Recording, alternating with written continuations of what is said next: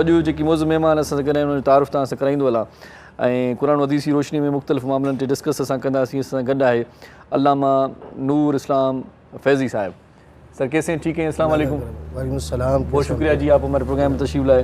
इन खां सवाइ सिहत जा मामला रोज़ेदार जे लाइ केतिरा अहम आहिनि इन ते पाण डिस्कस कंदासीं। इन जे लाइ असां सॾायो आहे डॉक्टर बिलाल मेमन साहिब के उनके बलिकार चऊं था। सर कैसे हैं? ठीक है सर, अल्हम्दुलिल्लाह का बहुत शुक्रिया जी आप हमारे प्रोग्राम में तशरीफ़ लाए।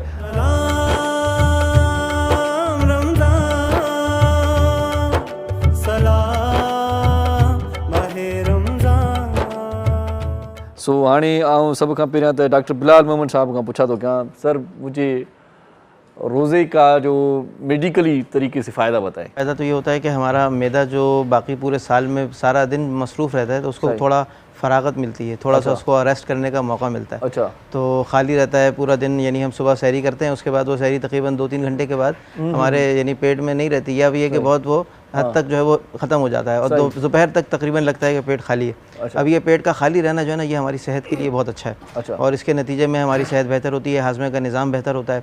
और लेकिन अगर इसमें थोड़ा सा ख्याल रखा जाए कि लोग जो ऐसे सुबह जब सहरी करते हैं तो उसके बाद जो है ना वो पूरा यानी कोशिश होती है कि जग भर के पानी पी लें, तो वो समझते हैं कि शायद पूरा दिन चल जाएगा, लेकिन ये समझते हैं कि पानी स्टोर रहेगा, लेकिन भाई इंसान हो तो ऊँट तो रही हो। बिल्कुल। उसका बेहतर तरीका ये है कि इंसान रात को अफ्तारी से लेकर सहरी तक थोड़ा थोड़ा पानी पीता रहे, और वो जो है ना अगर इस तरीके से पिएगा तो वो पानी फिर उसके जिस्म में रहेगा। सुबह भले सहरी में दो गिलास पी ले वो काफ़ी होंगे। और साथ में यानी अगर वो थोड़ा बहुत जो है वो अपना ख्याल रखता है एक्सरसाइज का, तो बहुत लोग एक्सरसाइज नहीं करते, रमज़ानों में छोड़ देते हैं, जो पहले करते भी हैं तो रमज़ानों में नहीं करते, तो उसकी वजह से भी फिर वो उनकी बॉडी जो है ना लिथार्जिक हो जाती है। ऑथेंटिक मुझे बात बताएं, क्या मतलब भूख से सेहत कैसे बनती है, थोड़ा सा मुझे बताएं क्या होता है। देखिए मैदा जब ये तो सब कहते हैं भाई चलें ठीक है भूख पे रहेंगे सेहत अच्छी बनेगी, मेडिकल पॉइंट ऑफ व्यू से बताएं किस तरह से अच्छा। मेडिकल पॉइंट ऑफ व्यू से देखें, बात ये है ना कि हम करते हैं ओवरलोडिंग। वो कहते हैं कि नाकारा जो जरासीम होते हैं वो मर जाते हैं, क्या होता है? वो भी मर जाते हैं। मैंने जब मैदा खाली रहता है ना काफ़ी देर तक, तो उसकी रिपेयरिंग का जो काम जो पूरे साल में समझे कि नहीं हो पाता, कभी मौका ही नहीं मिलता कि उसको रेस्ट करने का मौका मिले, तो वो मौका मिलता है उसको रेस्ट करने का। हमारी बॉडी अपने आप को खुद हील करती है, यानी सेल्फ हीलिंग का एक प्रोसेस होता है जो हमारे जिस्म में मुस्तकिल चलता रहता है।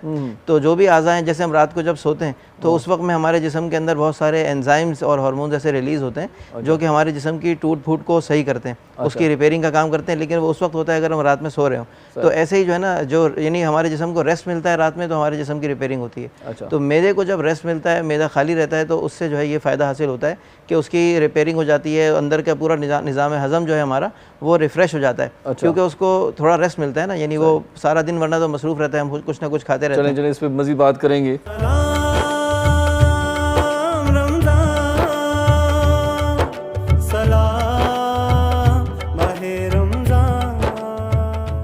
डॉक्टर साहब बरकतों की बात हुई तो नींद में भी बरकत आ जाती है, सोए रहते हैं लोग रमज़ान में अक्सर रोज़ा रख के। ज़्यादा नींद तो सेहत के लिए अच्छी नहीं है, तो क्या कहेंगे आप? अफ्तार के टाइम उठते हैं, हाँ तकरीबन यही होता है। और नमाज़ें भी उसमें बाज़ जाती हैं। जी जी जी। हालांकि रोज़े में तो असल जो मकसद है वो इबादतें की जाएं, सही बात है। अल्लाह ताला ने मकसद ही बताया कि तकवा हासिल करना है। सही। तो वो अगर नमाज़ें नहीं होंगी तो तकवा कहाँ से आएगा? और फिर इबादत के लिए मतलब उसमें कुरान की तिलावत है या जितने भी काम करने हैं, तो हमारा असल में होता ये है कि लोग सहरी करते हैं और उसके फ़ौरन बाद सो जाते हैं। तो और फिर उठते हैं वो कभी ज़ोहर में, कोई जो है वो जिसका नहीं कोई काम होता तो वो शाम में जाके भी उठता है। तो ये लेकिन जो है ना गलत है।